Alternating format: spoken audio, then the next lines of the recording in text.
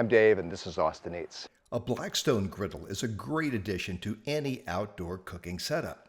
With proper maintenance and regular cleaning, your Blackstone Griddle will have a durable non-stick surface that will last for years.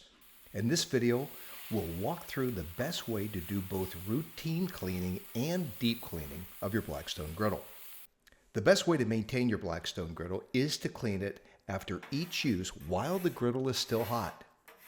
Use a metal spatula, grill scraper, or some other metal scraper to remove food particles from the griddle plate. Apply warm water to the griddle surface and scrub with paper towels or a microfiber cloth. For really hard to remove burned on grease and gunk, I like to use steam. This steam wand is made by Dimer Industries and it does a great job of cleaning all the griddle crud that's hard to remove. Once the griddle is clean, thoroughly dry the griddle plate.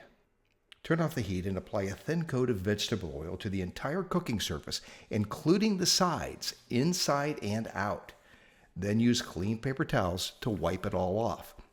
I prefer to use blue paper towels because I think they leave less lint behind.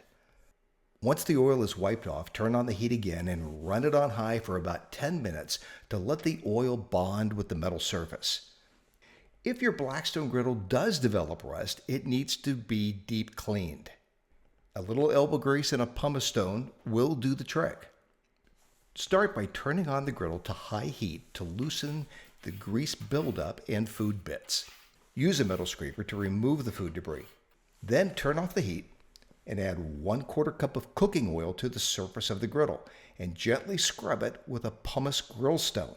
This tool should be used only on griddles that are in bad shape, like those with a lot of rust, because it will basically resurface the griddle plate.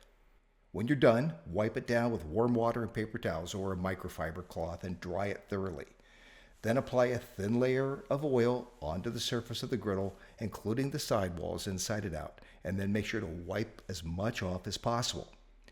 Turn the heat on and run it on high for 10 minutes to let that oil bond with the metal surface. You're going to need to apply at least 3 to 4 layers to make a non-stick surface. Remember, you just removed it with the pumice stone. Here's what not to do. Don't use too much water. It's just going to lead to rust. Don't use a scrub pad, scouring pad, or steel wool. They will scratch the surface of the griddle and lead to food sticking. Don't use lemon juice or vinegar. They will remove the griddle's seasoning. Don't use cleanser. It will damage the griddle seasoning as well. Finally, don't leave excess oil on the griddle. Excess oil can pool and burn on the griddle plate the next time you use it. That's going to make the surface not non-stick. After applying the oil, use a clean paper towel or a microfiber cloth to wipe it off. Applying a cooking oil with a high smoke point is the most important part of proper griddle care. While there is no best oil, popular options include canola oil, grapeseed oil, and avocado oil.